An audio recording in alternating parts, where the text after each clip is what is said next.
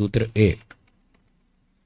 बोलिए। तपः स्वाध्याय ईश्वर प्रणिधानानि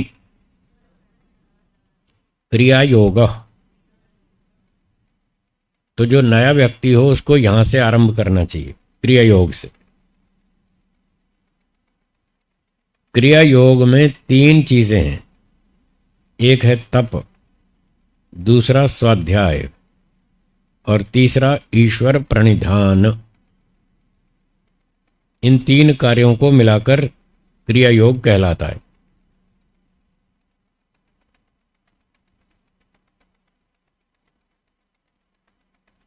तो जो नया नया व्यक्ति आवे वो तपस्या से काम शुरू करे, तपस्या करे। भाष्य में व्यास जी ने लिखा है कि जो तपस्या नहीं करता उसका योग सिद्ध नहीं हो सकता। न अतपस्विनो योगः सिद्ध्यति। जो व्यक्ति तप नहीं करता उसका योग सिद्ध नहीं होता। तप करना अनिवार्य है। शुरुआती तप से कर रहे हैं, तपस्या करो। तपस्या का मतलब धूप में खड़े हो जाओ ऐसा नहीं है। बहुत से लोग धूप में खड़े हो जाते हैं। कोई अपने चारों तरफ आग जला लेते हैं और बीच में खड़े हो जाते हैं या बैठ जाते हैं। खूब तेज अग्नि जला के चारों तरफ आग जला के बीच में बैठ जाते हैं खुली सूखी जगह पर और खूब गर्मी सहन करते हैं। किसी ने पूछा जी क्या कर रहे हैं? बोले तप कर रहे हैं। ये कहाँ लिखा है? ये शास्त्रों में लिखा है तप करो। हम तप कर रहे हैं। मई जून के महीने में गर्मी सहन करते हैं। दिसंबर में बर्फ की सिल्लियों पर बैठ जाते हैं, कपड़े उतार के बर्फ की सिल्लियों पर बैठ जाते हैं। पूछा ये क्या हो रहा है? तप हो रहा है। ये कहाँ लिखा है? ये शास्त्रों में लिखा है तप करो। हम तप कर रहे हैं।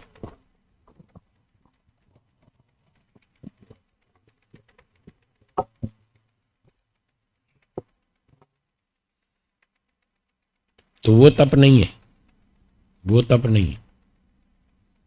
तप का मतलब है कष्ट सहन करना। कैसा सहन करना? जिससे कुछ अपनी उन्नति हो, कुछ समाज की उन्नति हो, वो तप करो। वो कष्ट सहन करो, वो अच्छा है, वो तप है। ये तो नाटक है, दिखावा है खाली। बर्फ की सिल्लियों पर दिसंबर के महीने में बैठ गए, इससे किसकी उन्नति हो रही है? किसी की भी नहीं। ना अपनी ना देश की, किसी की कोई उन्नति नहीं है। तो फालतू का ड्रामा है ये। और बहुत सारे लोग हैं ये ड्रामा करते हैं। वो तप नहीं कहलाता।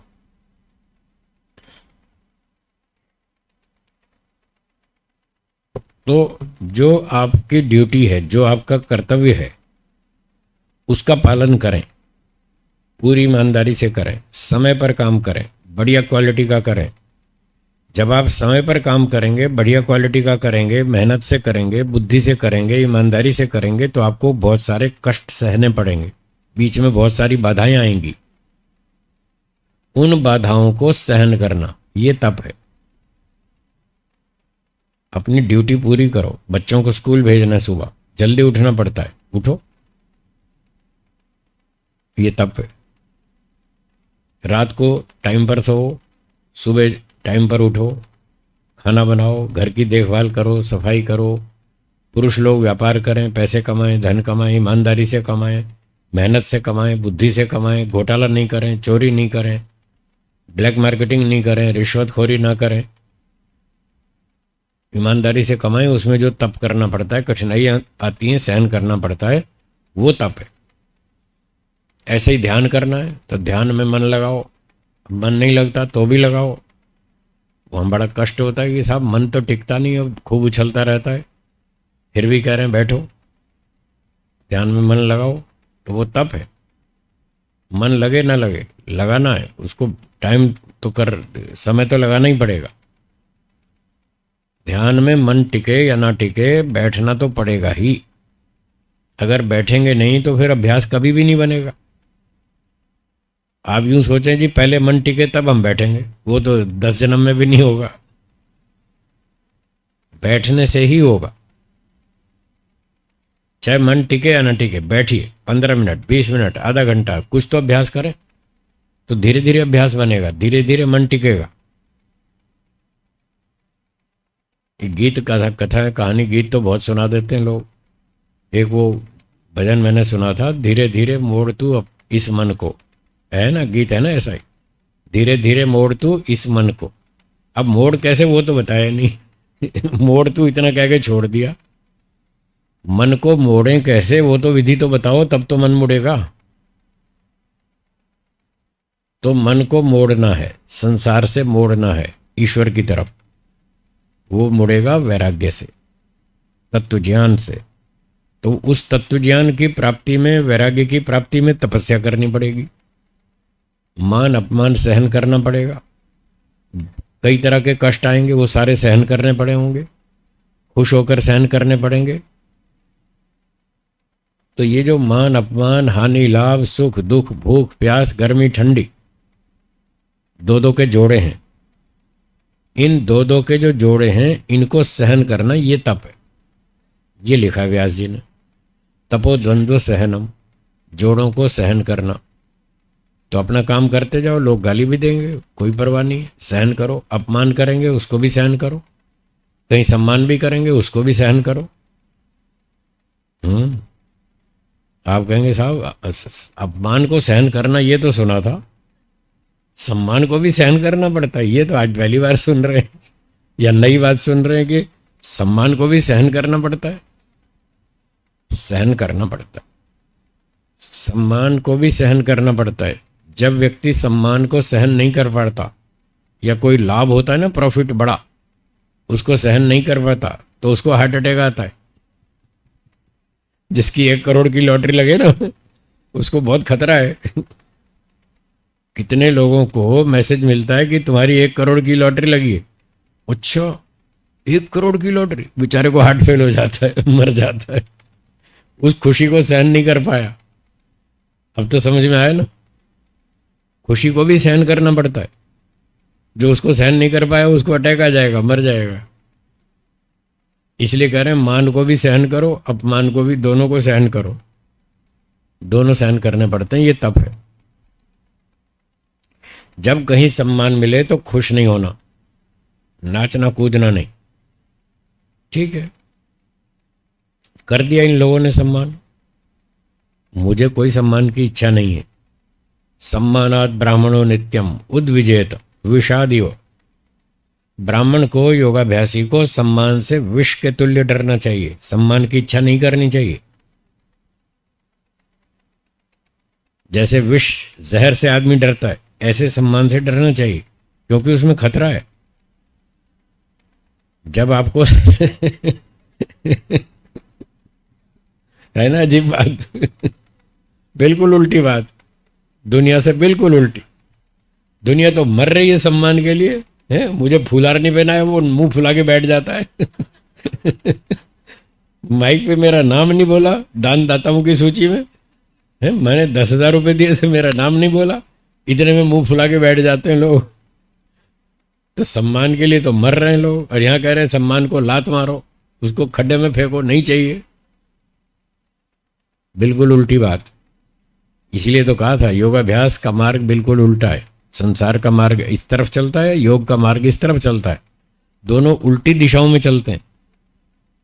कठोपनिषद में लिखा है, आपने नाम तो सुने होंगे, श्रेय मार्ग और प्रेय मार्ग सुने ना। श्रेय मार्ग कल्याण का मार्ग है, मोक्ष का मार्ग है। प्रेय मार्ग संसार का मार्ग है, राग द्वेष का, बंधन का मार्ग है। ये दोनों उल्टे रास्ते हैं। तो उपनिषद में लिखा है दूरम एते विपरीते, ये दोनों रास्ते दूर दूर ले जाते हैं, विपरीत दिशा में ऐसे चलते हैं, एक उत्तर में एक दक्षिण में, ऐसे चलते हैं। अब सोचिए कोई व्यक्ति एक साथ 2 उल्टी दिशाओं में चल सकता है? नहीं चल सकता। उत्तर में जाएगा तो दक्षिण छूटेगी, तो दक्षिण में जाएगा तो वो छूटेगी। एक साथ 2 उल्टी दिशाओं में नहीं चल सकता। तो मोक्ष के मार्ग पर चलेगा तो संसार का मार्ग छोड़ना पड़ेगा, संसार के मार्ग पर चलेगा तो मोक्ष वाला छूट जाएगा। 2 में से एक मिलेगा, एक छूटेगा। तो या तो सम्मान की इच्छा कर लो या उसको छोड़ दो। संसार के मार्ग में तो सम्मान की इच्छा खूब है, वहां तो लक्ष्य यही है, सम्मान प्राप्त करो।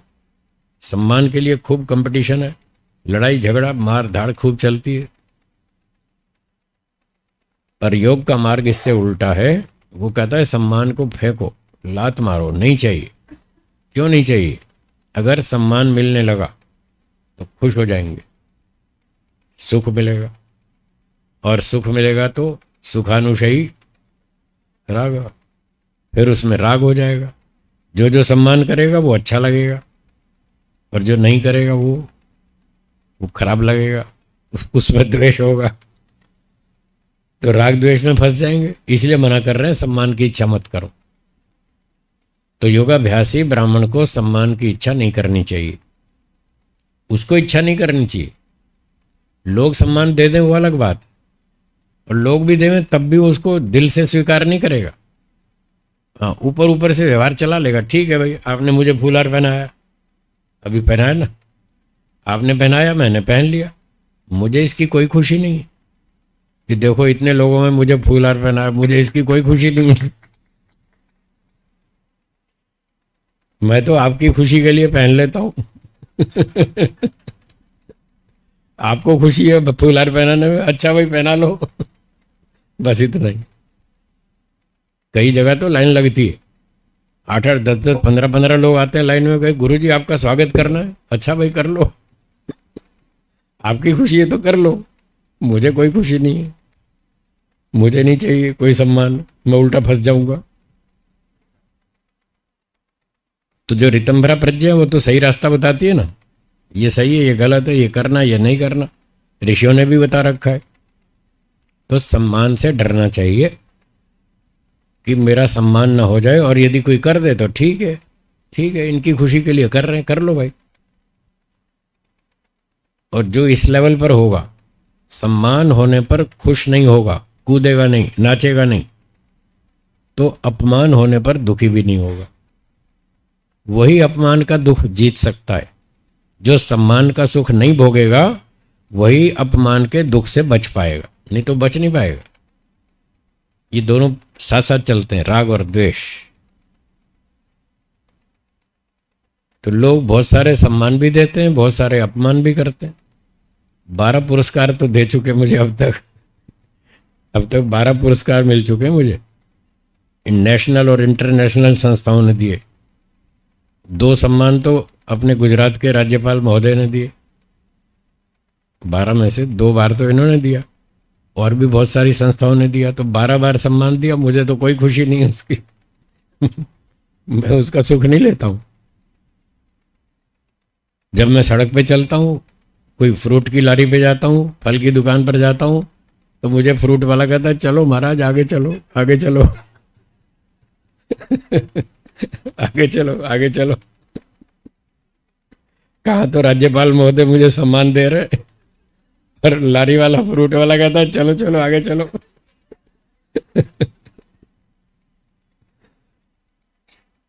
वो समझता है ये भिखारी है, भीख मांगने आया है। पर मुझे तब भी दुख नहीं होता। इसीलिए नहीं होता कि जब राज्यपाल महोदय ने मुझे सम्मानित किया तब मैंने उसका सुख नहीं लिया, इसलिए जब फल वाले ने अपमानित किया तो मैं दुखी भी नहीं हुआ, इसलिए बच गया। ये कह रहे महर्षि मनु कि अपमान हो जाए तो चिंता मत करो, ये संसार है। लोग नहीं समझते आपको, किसी को भी नहीं समझते। अच्छा, आप एक आदमी ढूंढ के लाओ, लालचंद जी, कोई धरती पे एक आदमी ढूंढ के लाओ जो आपको 100% समझता हो, मिल जाएगा? नहीं मिलेगा, मना कर रहे। 100% आपको समझता हो, आप जैसे हैं बिल्कुल एज इट इज, 100% नहीं। उनकी पत्नी भी नहीं समझती, आप उधर देख रहे हैं, वो भी नहीं समझती। सामने बैठी है, वो भी नहीं समझती। 100% नहीं समझती, 80% समझती है, 70-80% समझती है, 100% नहीं समझती। वो कोई भी नहीं समझता। तो जब लोग समझते ही नहीं तो सम्मान कैसे करेंगे? जब कोई आपके गुणों को समझेगा तभी तो सम्मान करेगा ना। ये टेक्निक सुनिए, ध्यान से सुनिए। आपका सम्मान कोई कब करेगा? जब वो आपके गुणों को समझेगा, तभी तो सम्मान करेगा। जो आपको पहचानता ही नहीं, आपके गुणों को समझता ही नहीं, वो क्यों सम्मान करेगा? जब आपको एक व्यक्ति भी 100% नहीं समझता तो फिर आप उससे सम्मान की आशा रखें, ये तो गलती आपकी है, आपकी भूल। आप क्यों उम्मीद रखते हैं जब वो समझता ही नहीं आपको? और जो समझता भी है तो वो आज थोड़ा सम्मान कर देगा, कल उसका कोई स्वार्थ जाग गया तो फिर उल्टा हो जाएगा।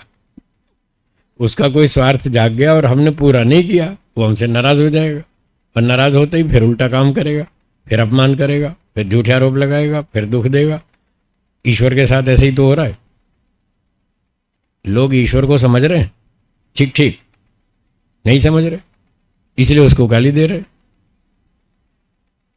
लोगों का नुकसान कोई और कर रहा है और आरोप लगा रहे हैं ईश्वर पे, तो देखो कितना उल्टा व्यवहार है। लोग ईश्वर को भी नहीं समझते, आपको मुझे कौन समझेगा? तो जब मैं फ्रूट की दुकान पर जाता हूँ तो कहता है चलो महाराज आगे चलो, आगे चलो। और ट्रेन में जाता हूँ तो ट्रेन वाले पूछते हैं महाराज ये एसी का डब्बा यहाँ क्यों आए? लोकल डब्बे में जाओ, लोकल डब्बे में जाओ, टीटी तुम्हें रास्ते में उतार देगा। लोकल डब्बे में जाओ, वो बिना टिकट समझते हैं। मैं तब भी दुखी नहीं होता।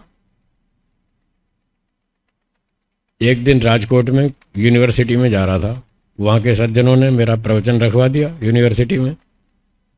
तो हम कार से उतरे तो अंदर जा रहे थे पैदल, तो वहाँ यूनिवर्सिटी के विद्यार्थियों ने देखा ये लाल बाबा यूनिवर्सिटी में क्यों आया, यहाँ क्या काम है इसका? वो सारे समझते हैं लाल बाबा सारे अनपढ़ होते हैं, तो ये अनपढ़ आदमी यहाँ क्यों आया, यहाँ क्या काम? तो वो मुझे यूं देखने लगे, यूं ऐसे देखने लगे जैसे कोई चिड़ियाघर से छूट कर आया हो। ऐसे देखने लगे। मैं तो फिर भी दुखी नहीं हुआ। मुझे तो पता है ये ऐसा ही करेंगे, मुझे सारी बातें मालूम है, सारी कल्पना करके रखता हूँ, पहले से तैयारी रखता हूँ। कोई भिखारी समझेगा, कोई अनाड़ी समझेगा, कोई मूर्ख समझेगा, कोई अनपढ़ समझेगा, कोई बिना टिकट समझेगा, कोई कुछ समझेगा। तो मैं पहले से तैयारी रखता हूँ, तो जब मेरे साथ ऐसी घटना होती है तो मैं दुखी नहीं होता, मुझे पता है ये तो होने ही वाला है। जब हम अपने रोजड़ आश्रम से निकलते हैं तो ये सोच के निकलते हैं, वहीं से निकलते ही पहले तैयारी करके निकलते हैं। कोई हमको बिना टिकट समझेगा, कोई मूर्ख समझेगा, कोई अनपढ़ समझेगा, समझते रहो। आपके समझने से क्या हम वैसे बन जाएंगे? मैं पढ़ा लिखा व्यक्ति हूं, कोई मुझे अनपढ़ माने तो क्या मैं अनपढ़ हो जाऊंगा? हाँ या ना? तो उसके मानने से मेरा तो कुछ नहीं बिगड़ा, फिर मैं क्यों दुखी हूं? मुझे दुखी होना चाहिए? नहीं होना चाहिए। मैंने कोई गलती नहीं की, मैं क्यों दुखी हूं? गलती तो उसने की है। मैं पढ़ा लिखा आदमी हूं, वो मुझे अनपढ़ माने तो गलती किसकी है? उसकी है।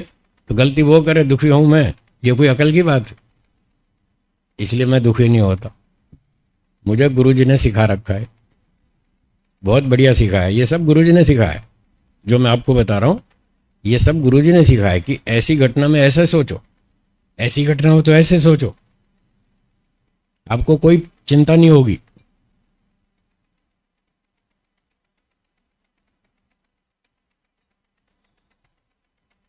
लोग आपको भिखारी समझें तो क्या आप भिखारी बन जाओगे?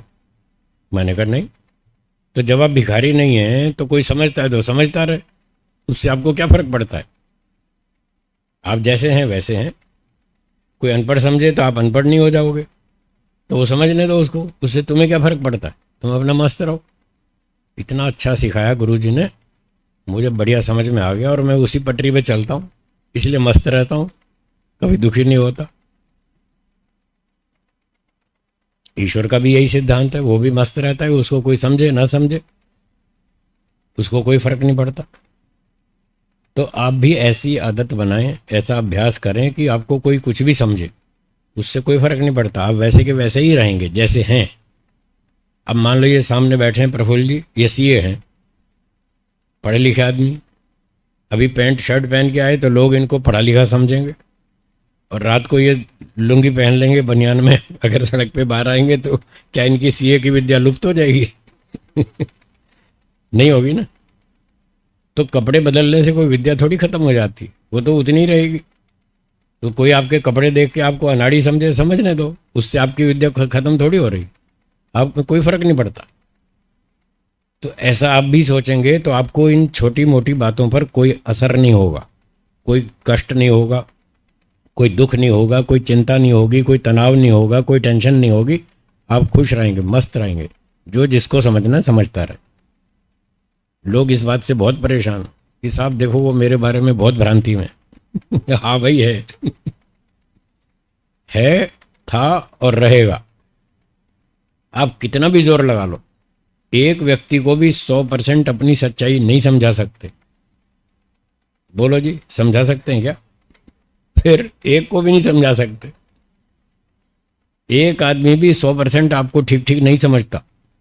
आप में जितने गुण हैं और जितने दोष हैं, जैसे भी हैं, वैसा आपको कोई भी नहीं समझता। फिर चिंता क्या है? जो समझना समझते रहो, आप तो वैसे ही रहेंगे, अपने मस्त रहो। ऐसे सोचने वाला व्यक्ति तप कर सकता है। ऐसे सोचने वाला व्यक्ति ईश्वर का ध्यान कर सकता है। उसका मन ईश्वर में टिक सकता है, जो ऐसे परवाह नहीं करता। तो ये बात थी तप की। तो महर्षि पतंजलि कहते हैं जिसको एंट्री करनी हो वो तपस्या करे। इस तरह से मान अपमान, हानि लाभ, सुख दुख सब कुछ सहन करे, खुश होकर सहन करे। सहन तो करना ही पड़ेगा, चाहे खुश होकर सहन करो चाहे दुखी होकर, सहन तो करना ही पड़ेगा। अगर खुश होकर सहन करेंगे तो तपस्या है, दुखी होकर सहन किया तो मजबूरी है, फिर तो मजबूरी है। धूप में चल रहे हैं, गर्मी पड़ रही है, सहन तो करनी पड़ेगी। चाहे खुश होकर सहन करो चाहे दुखी होकर सहन करो, सहन तो करनी पड़ेगी, दूसरा कोई ऑप्शन नहीं है। तो इस प्रकार से तप करें, पहली बात क्रिया योग की। दूसरी बात स्वाध्याय करें। स्वाध्याय का अर्थ है मोक्ष शास्त्रों का अध्ययन करना। तो ये जो हम पढ़ रहे हैं ना, ये स्वाध्याय चल रहा है, योग दर्शन पढ़ रहे हैं, ये मोक्ष शास्त्र है। तो ऐसे ऐसे शास्त्रों को पढ़ें, सत्यार्थ प्रकाश, ऋग्वेद आदि भाष्य भूमिका, मनुस्मृति, योग दर्शन, सांख्य दर्शन, वेद आदि, ये सारे मोक्ष के शास्त्र हैं जो हमको मोक्ष के बारे में बताते हैं। मोक्ष क्या होता है, मोक्ष कब मिलता है, मोक्ष किसको मिलता है, किसको नहीं मिलता है, क्यों नहीं मिलता है, मोक्ष में बाधा क्या आती है, उस बाधा को दूर कैसे करें। ये सारी बातें जो शास्त्र बताते हैं उनका नाम है मोक्ष शास्त्र। शास्त्रों का अध्ययन करें, ये हम अध्ययन कर रहे हैं, ये स्वाध्याय चल रहा है, ये क्रिया योग का एक भाग है। और स्वयं कोई किताब पढ़ो तो समझ में आती नहीं। 12वीं की कॉमर्स की किताब मैं बाजार से खरीद लूं, बिना टीचर के समझ में आ जाएगी? नहीं आएगी। केमिस्ट्री की किताब खरीद लो 11वीं की, अपने आप समझ में नहीं आएगी, टीचर चाहिए पढ़ाने वाला, तब समझ में आएगी। तो ये भी शास्त्र है, ये भी एक सब्जेक्ट है, इसके लिए भी टीचर चाहिए, वो बताएगा कि इसका क्या अर्थ है, इसका क्या अर्थ है। तो जो परिभाषिक होते हैं बहुत सारे शब्द, वो अध्यापक ही बताएंगे, यहाँ पर इस वाक्य का ये अर्थ है, इस शब्द का ये अर्थ है। तो किसी योग्य विद्वान अध्यापक से पढ़ेंगे तो समझ में आ जाएगा। फिर पता चलेगा कि भगवान कैसा है, कहाँ रहता है, क्या करता है, हमारा उससे क्या संबंध है, उसको कहाँ ढूंढें, कहाँ मिलेगा, सारी बातें समझ में आ जाएंगी। अब लोगों ने ये शास्त्र पढ़ने छोड़ दिए, वेद पढ़ने छोड़ दिए, दर्शन उपनिषद छोड़ दिए, संस्कृत भाषा छोड़ दी, वो भटक रहे हैं। कोई उज्जैन जा रहा है, कोई नासिक जा रहा है, कोई मथुरा जा रहा है, कोई हरिद्वार जा रहा है। एक बार हरिद्वार में देखा, रेलगाड़ी में खूब सवारी भर रही थी। हमने पूछा भाई कहाँ जा रहे हैं? बोले मथुरा जा रहे हैं। क्यों? भगवान का दर्शन करने। उनको हरिद्वार में भगवान नहीं मिला, वो मथुरा जा रहे हैं। फिर मथुरा में पहुंचे तो वहाँ भी सवारी भर रही थी।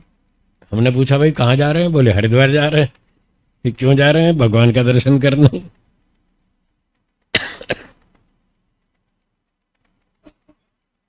मथुरा वाले हरिद्वार जा रहे हैं, हरिद्वार वाले मथुरा जा रहे हैं।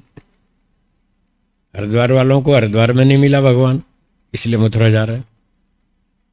मथुरा वालों को मथुरा में नहीं मिला, इसलिए हरिद्वार जा रहे हैं। वो उधर जा रहे हैं, वो उधर जा रहे हैं, मिला किसी को भी नहीं। क्यों भटक रहे हैं? स्वाध्याय नहीं किया, वेदों को नहीं पढ़ा, दर्शनों को नहीं पढ़ा, इनको पढ़ लेते तो पता चल जाता कि भगवान तो सब जगह रहता। भगवान गुजरात में नहीं रहता है।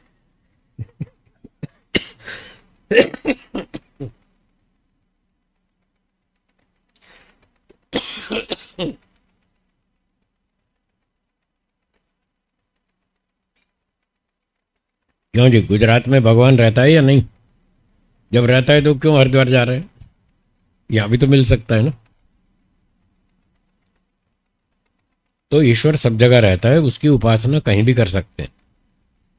हाँ ये ठीक है, ज़्यादा अच्छी योग्यता बनानी हो तो थोड़ा जंगल में जा सकते हैं, वो ठीक है।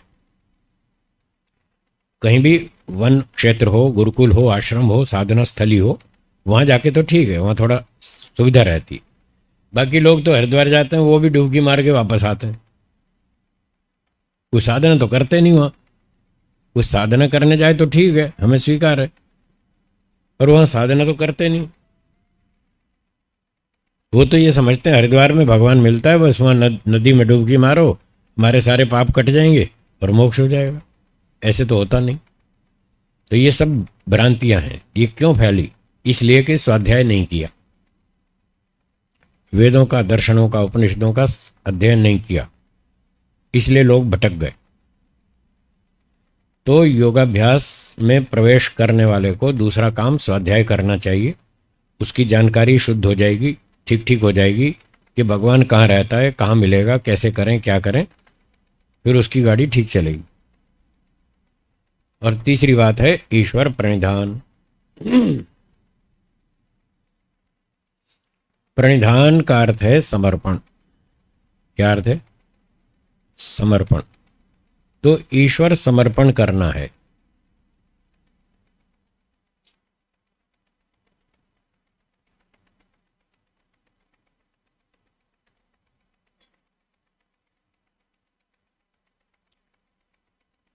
एक बच्चे ने माताजी को समर्पण कर दिया,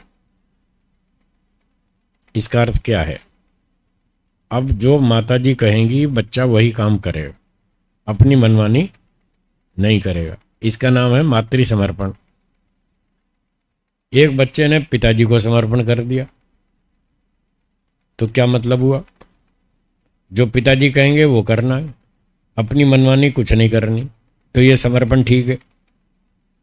ठीक है, ऐसे ही होता है ना। एक विद्यार्थी ने गुरुजी को समर्पण कर दिया, अब जो गुरुजी कहेंगे वो करना है, अपनी मनमानी कुछ नहीं करनी। और हमको यहाँ क्या करना है? ईश्वर समर्पण।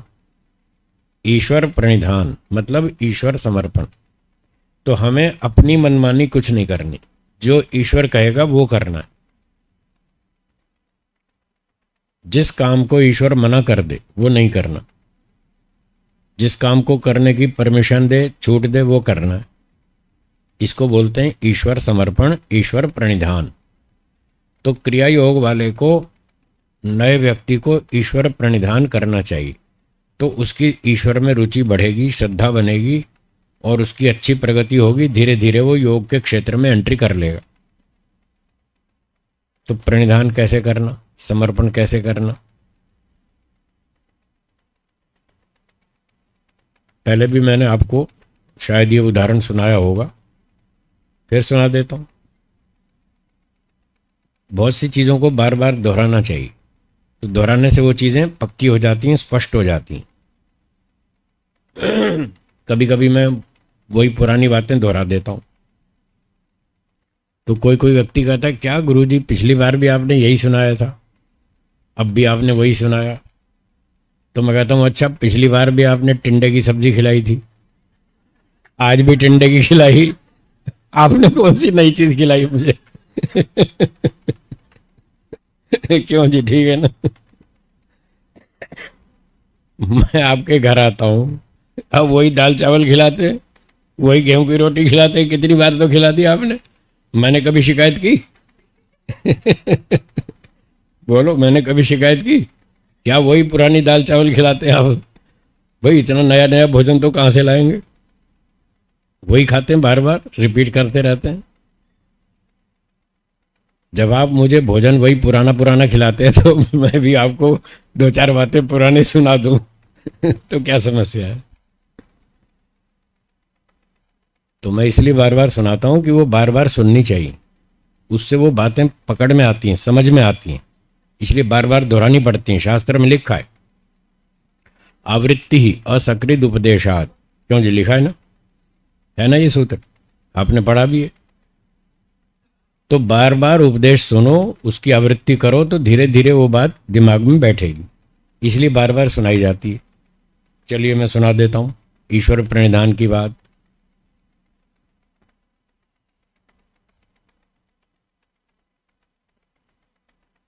इसके 5 भाग हैं, 5 स्टेप्स ईश्वर समर्पण के।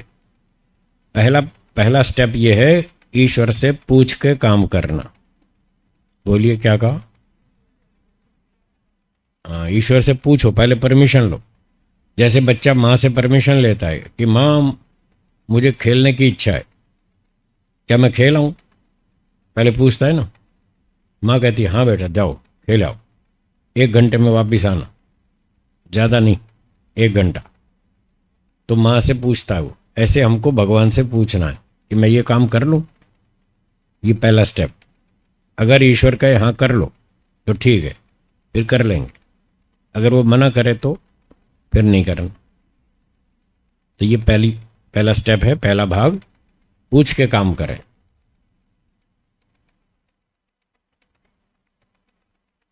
उदाहरण वही है पहले वाला पुराना, फिर दोहराता हूं। एक व्यक्ति बीमार हो गया, रोगी हो गया, उसके घर में कोई था नहीं, वो अकेला ही था।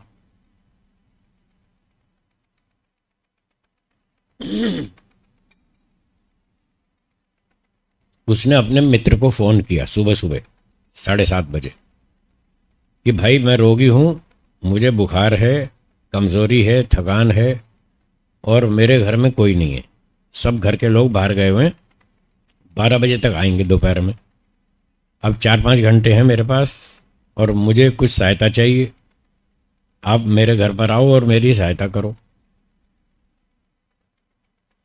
तो उसने कहा ठीक है मैं आता हूँ। तो जो अब मित्र की सहायता करने जाएगा वो था ईश्वर समर्पण करने वाला। तो पहले ईश्वर से पूछेगा कि मेरा मित्र बीमार है, मुझे सेवा सहयोग के लिए बुला रहा है, जाऊं या न जाऊं, वो पूछेगा। तो ईश्वर क्या उत्तर देगा? जाओ या मत जाओ? जाओ। अच्छे काम में तो ईश्वर भी सहयोग करता है ना। तो ईश्वर ने कहा जाओ। ईश्वर उसके अंदर ही बैठा है, उसको कोई 10 किलोमीटर पूछने के लिए जाना नहीं है, अंदर ही बैठा है, वहीं पूछ लेता है। आप भी पूछ सकते हैं, सबके अंदर बैठा है ईश्वर। तो जब भी आपको समर्पण करना हो, पहला स्टेप, अपने अंदर बैठा है ईश्वर, वहीं पूछ लो कि मैं ये काम करूं या ना करूं, तो अंदर से जवाब आएगा। अगर ईश्वर का उत्तर है हाँ, तो आपको आनंद होगा, उत्साह होगा, निर्भयता होगी। अगर इस प्रकार की फीलिंग्स हो, आनंद, उत्साह, निर्भयता, करो करो, शाबाश शाबाश, करो, बहुत अच्छी बात, तो ईश्वर का उत्तर है हाँ कर लो, एक स्टेप पूरा हो गया। और अगर भय, शंका, लज्जा हो, डर लगे, डाउट हो, पता नहीं फंस जाएंगे, पिट जाएंगे, बदनामी होगी, क्या होगा, ऐसा लगे तो नहीं करना। वो ईश्वर की ओर से सूचना है, ये काम मत करो, ये गलत है। ठीक है, पहला स्टेप हो गया। तो उसने पूछा मेरा मित्र है, रोगी है, बुला रहा है सेवा के लिए, जाऊं या नहीं जाऊं? ईश्वर ने कहा जाओ। ठीक है, उसने उसको फोन पे बोल दिया मैं आ रहा हूं, आधे घंटे में आता हूं, 8 बजे तक। तो उसने आधे घंटे में अपना खाना पीना नाश्ता पूरा कर लिया, 8 बजे पहुंच गया। अब दूसरा स्टेप, जब वहां पहुंचा तो उसने मित्र से पूछा बताओ भाई क्या सेवा है? बोला मैं बीमार हूं, मुझे बुखार है, मेरी खिचड़ी बनानी है, थोड़ी भूख भी लग रही है, थोड़ी थोड़ी, कपड़े भी धोने हैं, घर भी गंदा पड़ा है, झाड़ू पोछा भी करना है, डॉक्टर साहब से दवाई भी लानी है। 3-4 काम बता दिए। तो उसने कहा ठीक है मैं करता हूं। तो गया रसोई में, खिचड़ी बनाने लगा। जब वो काम कर रहा था, खिचड़ी बना रहा था,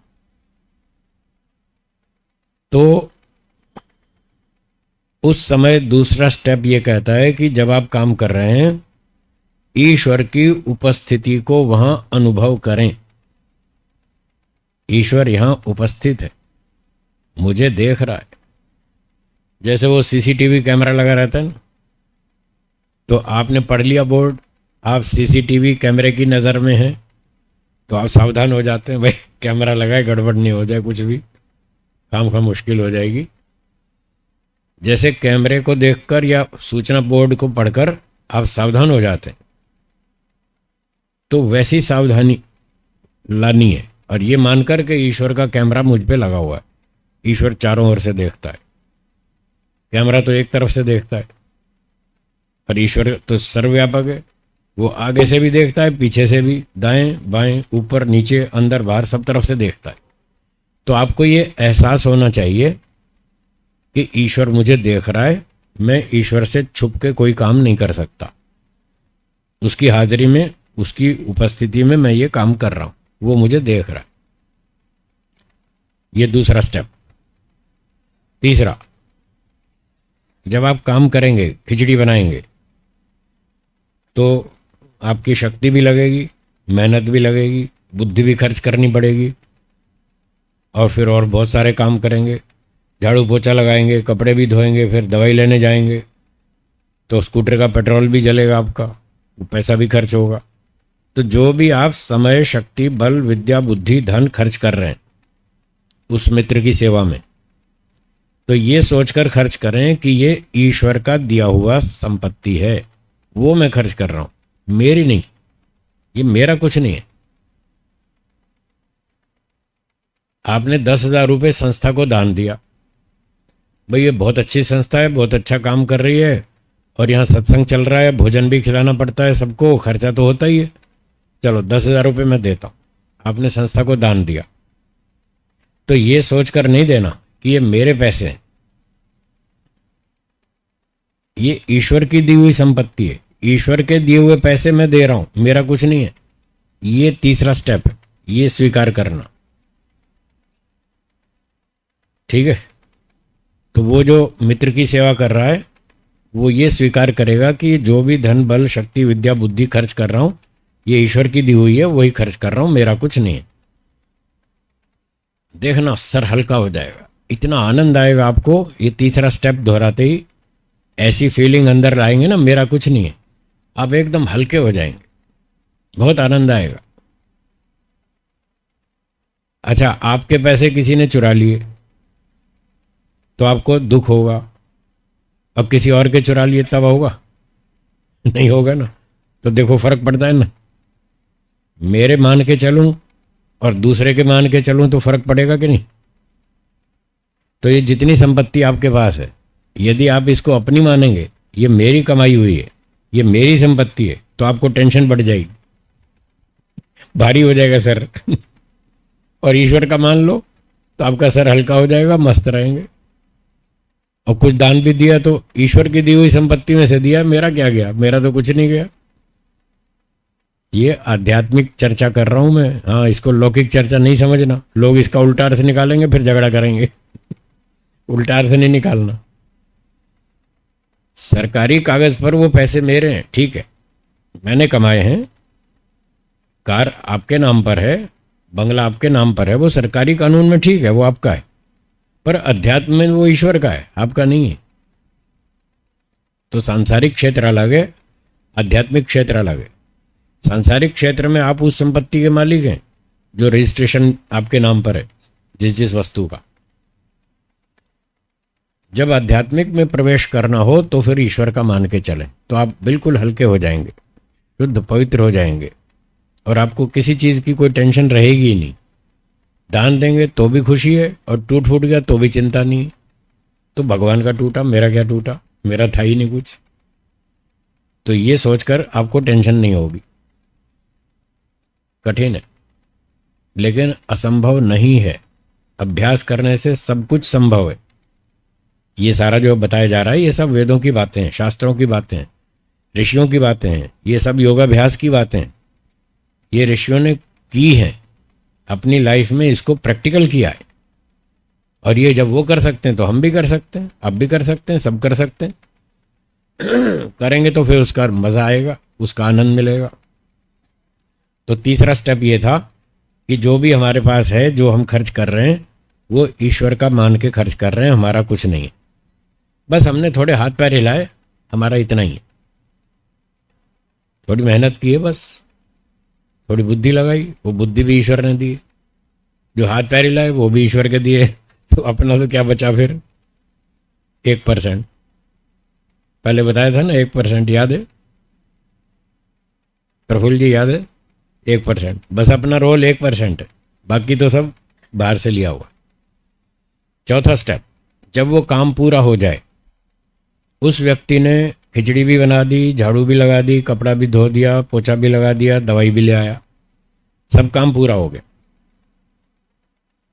अब काम पूरा हो गया, 12 बज गए, उसके घर के लोग भी आ गए घर पर। तो उस रोगी मित्र ने कहा, अच्छा जी, बहुत बहुत धन्यवाद, अब आप जा सकते हैं, अब आपने बहुत अच्छी सेवा की, काम पूरा हो गया, धन्यवाद। अब मेरे घर के लोग आ गए, ये मुझे संभाल लेंगे। तो जब उसने इस तरह से कहा, तो अब आपको क्या करना है? ईश्वर को समर्पण करना है। चौथा स्टेप, हे ईश्वर, आपकी दी हुई शक्ति से, विद्या से, बल से, बुद्धि से, धन से, सामर्थ्य से ये काम कंप्लीट हो गया, पूरा हो गया, ये मैं आपके सामने प्रस्तुत करता हूँ, समर्पित करता हूँ। आपका बहुत बहुत धन्यवाद, आभार।